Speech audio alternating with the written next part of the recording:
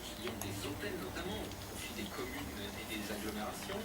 Elle est actuellement au maximum d'1,30 € par nuit et par chambre, mais les députés, contre l'avis du gouvernement, ont décidé d'en augmenter le plafond 5 € pour une chambre 3 étoiles, 8 € au-delà, complètement démentiel pour un syndicat d'hôteliers de Charente-Maritime. C'est le tourisme que l'on tue pour un autre, irresponsable et insupportable selon un grand groupe hôtelier.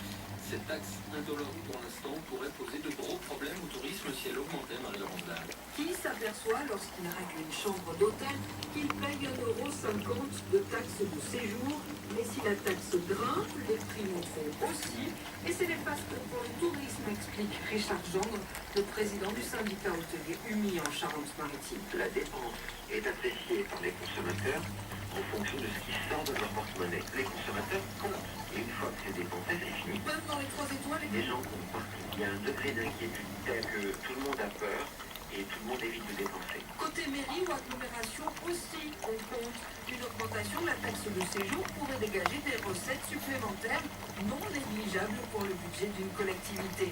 Mais c'est une fausse bonne idée, dit Patrice Deschelette, le maire de Saint-Martin-d'Auray, commune sur laquelle il y a une dizaine d'hôtels de 3 étoiles et plus. Bien sûr, nous avons besoin d'argent, c'est évident, surtout que actuellement l'État se désengage de partout, de l'instruction des permis de construire, nous avons des charges supplémentaires avec les rythmes scolaires, mais il faut peut-être arrêter de tirer sur la corde et vouloir sortir de l'argent de partout. Pour moi, c'est un très mauvais signe. À Saint-Martin-d'Auray, la taxe de séjour finance entièrement le service de tourisme.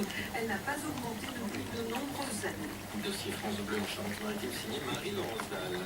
Fini le temps où les jeunes et les étudiants faisaient des kilomètres pour passer l'été à ramasser des melons ou à faire des vendanges. Ce sont maintenant les chômeurs, ceux qui habitent juste à côté, qui tentent d'obtenir quelques-uns de ces emplois agricoles et saisonniers, comme ceux que l'on va trouver dans les champs de melons de Poitou-Charentes, où la récolte doit commencer d'ici 10 jours. Et ceux que recrute désormais l'un des gros producteurs de melons de la région, le groupe Fondor, à Villiers dans la Vienne. Le responsable du personnel, Jérôme Giraud, a vu, c'est vrai, le profil des saisonniers changer. Il y a un profil beaucoup plus local.